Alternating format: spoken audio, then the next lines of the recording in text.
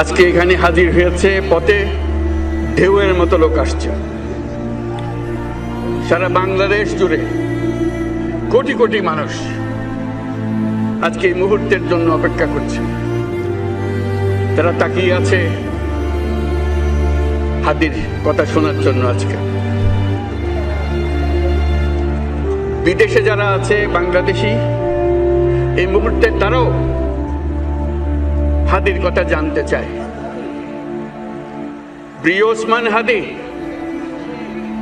তোমাকে আমরা বিদায় দিতে আসি নাই এখানে।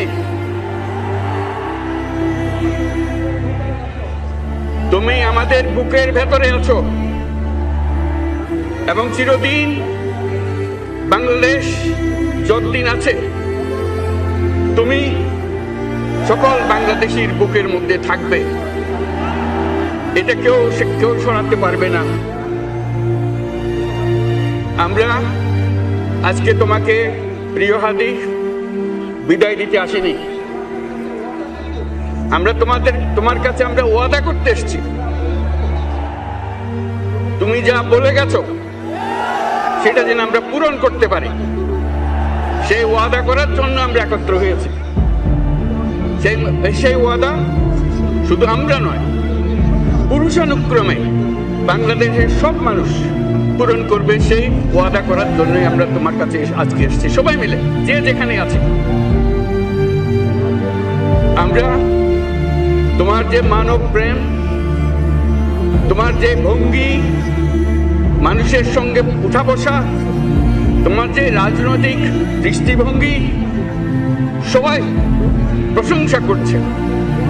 সেটা আমরা মনে প্রাণে গ্রহণ করছি, যে এটা যেন আমাদের মনে সব সময় জাগ্রত থাকে, আমরা সেটা অনুসরণ করতে পারি। তুমি আমাদেরকে এমন এক মন্ত্র কানে দিয়ে গেছো, সেই মন্ত্র বাংলাদেশের কেউ কোনোদিন ভুলতে পারবে না এবং এই মন্ত্র চিরদিন আমাদের কানে বাঁচতে থাকবে। সেই মন্ত্র বাংলাদেশের বড় মন্ত্র হয়ে আমাদের জাতির সঙ্গে সংযুক্ত থাকবে। তোমার মন্ত্র ছিল বলবীর চির উন্নত মমশির।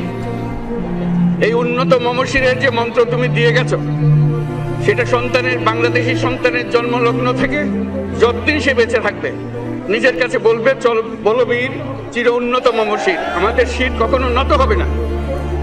সেই মন্ত্র তুমি আমাদেরকে দিয়ে গেছো, আমাদের সব কাজে সেটা আমরা প্রমাণ করব। আমরা দুনিয়ার সামনে মাথা উঁচু করে চলবো, কারো কাছে মাথা নত করব না। সেই মন্ত্র তুমি